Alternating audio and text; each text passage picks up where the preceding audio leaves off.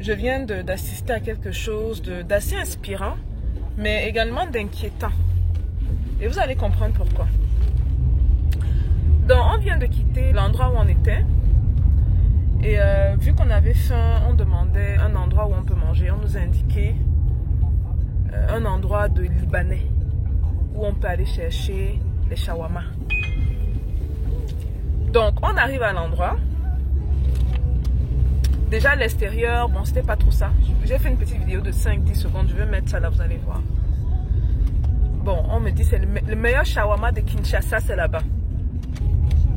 Bon, on voit l'extérieur, on se dit, bon, écoute, oh, il faut pas, c'est l'extérieur. On va pas se baser sur l'extérieur. Maintenant, on rentre. Quand on rentre, une des choses qui me frappe beaucoup, c'est la grandeur. C'est un très grand restaurant en termes de superficie. Ceux qui font la restauration savent que très souvent, les restaurants ont une certaine, la plupart en tout cas, ont une certaine superficie. Mais plus c'est grand, plus il y a de la clientèle. Mais pas juste que c'est très grand. La plupart des chaises sont prises. Donc, il y a des clients dedans. Et donc, très vite, mon regard parcourt, je me rends compte à 100%. Je ne vous dis même pas 99,9%. C'était des Noirs. Donc, sûrement un bon 95% des Congolais, peut-être un autre 5% d'autres Africains ou d'autres Noirs du monde. Et là, directement, mon regard se dirige vers le comptoir où il faut aller passer la commande. Et je vois une longue ligne. Et nous, on est en train de courir pour la prochaine activité. Je dis, on va rester ici même 30-40 minutes. On a besoin que ce soit prêt, sharp, en 5-10 minutes. Donc, on se dirige, parce que bon, pour moi, en tout cas, c'est la première fois. Pour les autres, non. Donc, moi, je me dirige vers, je vois un serveur, je lui demande, bon, je dis que donc, on veut un truc express. On veut commander des shawarma et partir rapidement.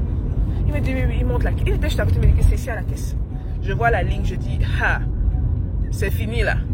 Le prochain rendez-vous, la prochaine heure, on risque d'être en retard. Malgré tout, mon regard s'attarde rapidement sur ceux qui travaillent derrière la caisse. Je me rends compte qu'il y a 2 caissiers. Il y a une Congolaise qui est au milieu, je ne sais pas trop ce qu'elle faisait, mais il y avait 2 caissiers. Les 2, c'est des Libanais ou des Arabes. Hein. Peut-être Libanais, peut-être pas. Mais les gens du Moyen-Orient, là. Il y en a 2. De l'autre côté, au niveau des vitrines, il y avait la nourriture. C'est là où les gars prenaient les shawarma, les pitas. On appelle ça pita en Amérique du Nord, je ne sais pas comment on appelle ça. C'est le pain là. Ils mettent la sauce blanche. Le gars faisait rapidement. Tout en arrière, derrière lui, il y a 2 gros. Vous voyez souvent où on met la viande, où ça tourne là. J'ai clairement vu la viande de bœuf et la viande de poulet. Et ça tourne. Ça tourne. C'était énorme. Je n'ai jamais vu une grosse quantité comme ça. Je vois souvent beaucoup. Ceux qui ont les endroits où ils vendent des shawarma, vous savez de quoi je parle. Je vois souvent beaucoup. Mais l'autre là, c'était énorme. C'était énorme, les gars. Bon, je dis, je regarde autour de moi, je vois les clients. Je dis, bon, on va prendre le risque. On s'approche donc du monsieur. On passe sa commande. On veut le bœuf, on veut le poulet. On a pris plusieurs shawarma. Il donne le prix en francs congolais. On lui dit, non, est-ce qu'on peut avoir le prix en dollars? Il donne le prix en dollars. Mine de rien, le shawarma revenait à peu près à, si je pense bien, 3 $ à peu près.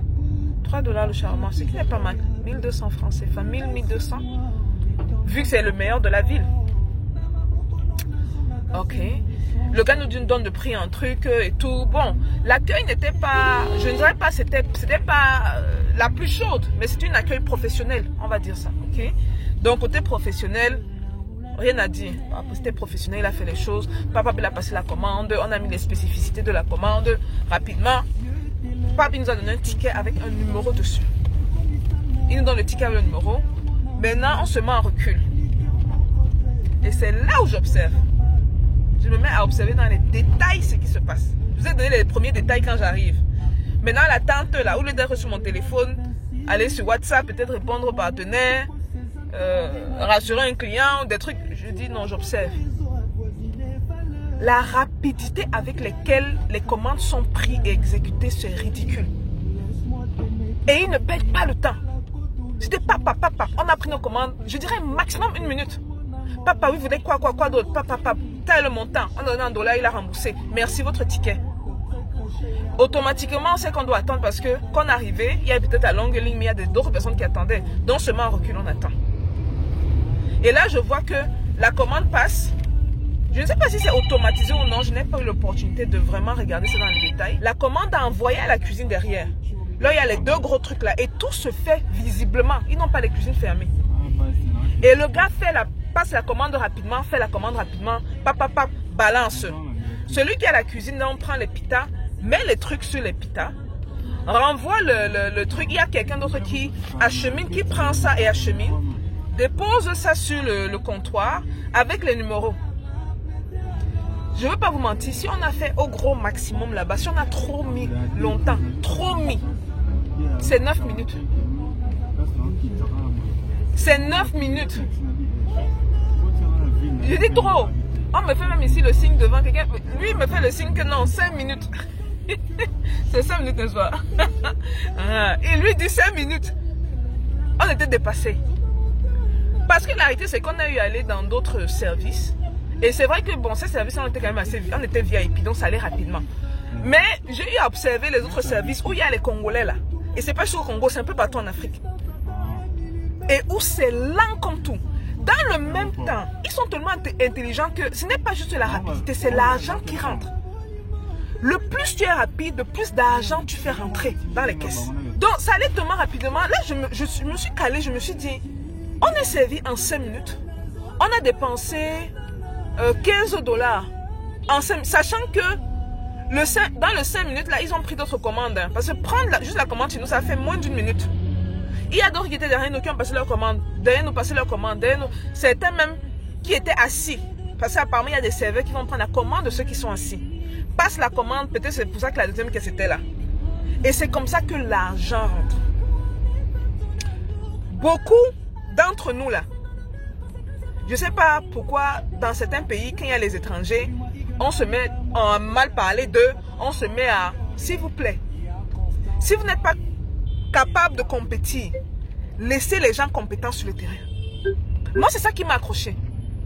Parce que pendant que nous, on va peut-être aller dans un restaurant, bon, c'est vrai qu'il y a eu des exceptions. On a eu à faire un restaurant en particulier, je tire mon chapeau, je vais le mentionner ici, le Tabou.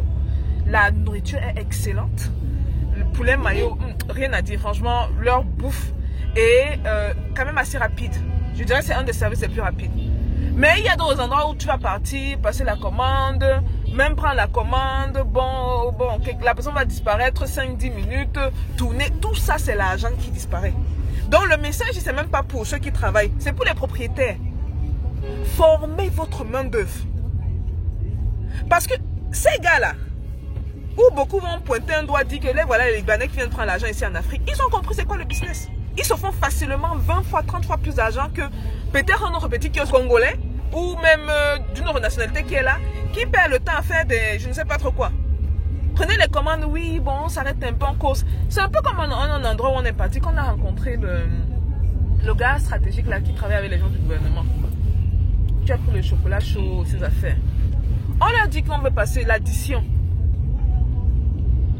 On a attendu quoi de minimum 5 à 10 minutes.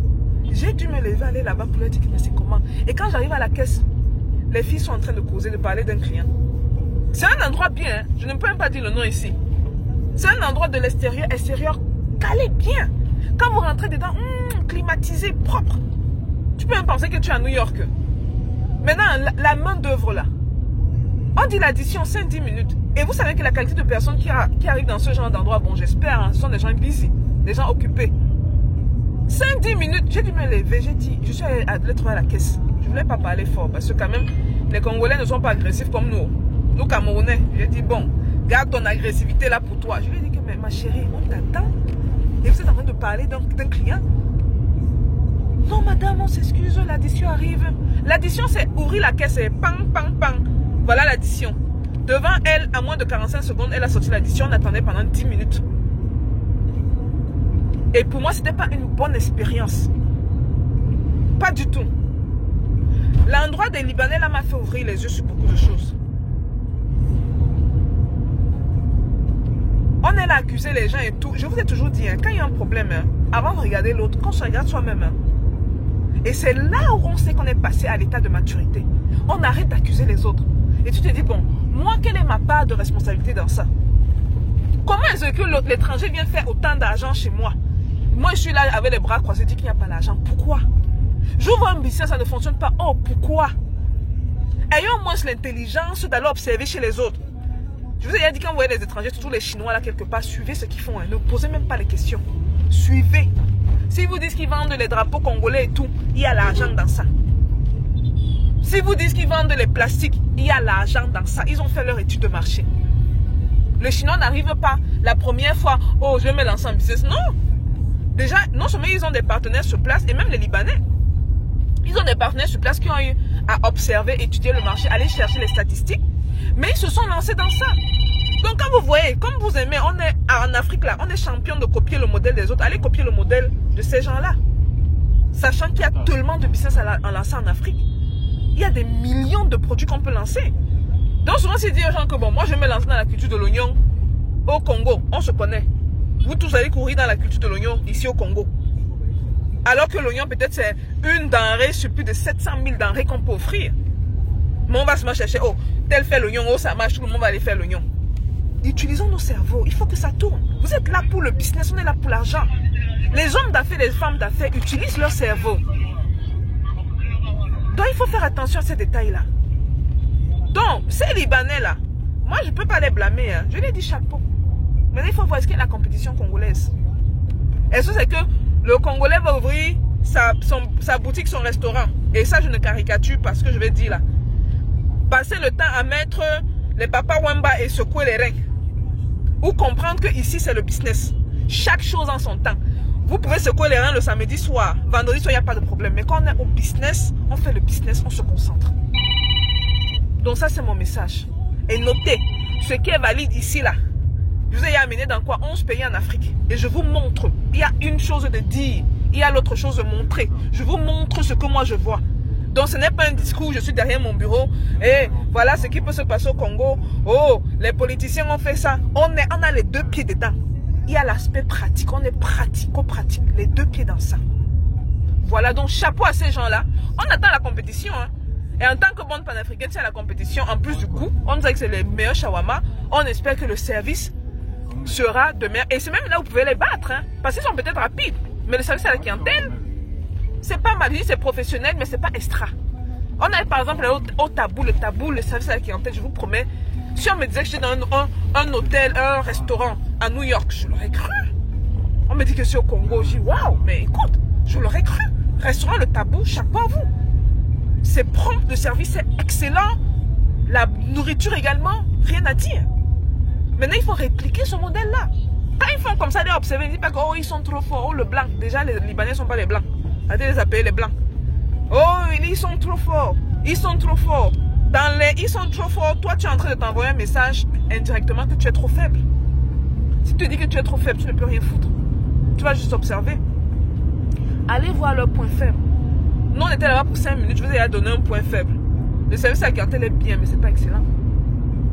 C'est pas le bonjour, comment on peut vous accueillir, qu'est-ce que vous voulez, qu'est-ce qu'on peut vous servir, et vous voulez pas autre chose. Vous voyez, même dans leur service, ils auraient même pu rajouter des choses. S'ils ont des jus de fruits. Moi, je suis une grosse buveuse de jus locaux de fruits. Ils auraient pu rajouter un truc du genre, ok, 4 shawarma, vous voulez prendre des jus de fruits également, localement faits. Ok, il y a un peu d'ananas, de tomates, de, que c'est, gingembre, tamarin. Vous rajoutez ces trucs qui n'ont pas là. Une petite touche là, vous mettez une jolie fille à la caisse. Avec un joli sourire, toujours souriante. Quand les gars viennent, si elle est mariée sans alliance, j'ai bien dit sans alliance, pour que les gars reviennent. Bon service, bonne atmosphère, service rapide, l'argent va pleuvoir. Maintenant, si vous êtes dans un pays où la plupart des gens pensent que ce sont les étrangers, c'est toujours mieux chez les étrangers, allez même chercher un étranger qui n'arrive pas à rentrer chez lui, ils sont pleins ici, hein, dans tous les pays en Afrique. Ils n'ont pas l'argent pour payer le billet d'avion. Vous lui donnez un peu d'argent, il vient se poser à côté là, il vous parle une fois en passant. On va dire voilà, c'est lui le boss. Il n'y a pas de problème. Faites-leur penser que c'est lui le boss. Du moment que les gens viennent. Voilà. I rest my case. On se voit la prochaine vidéo les gars. Peace.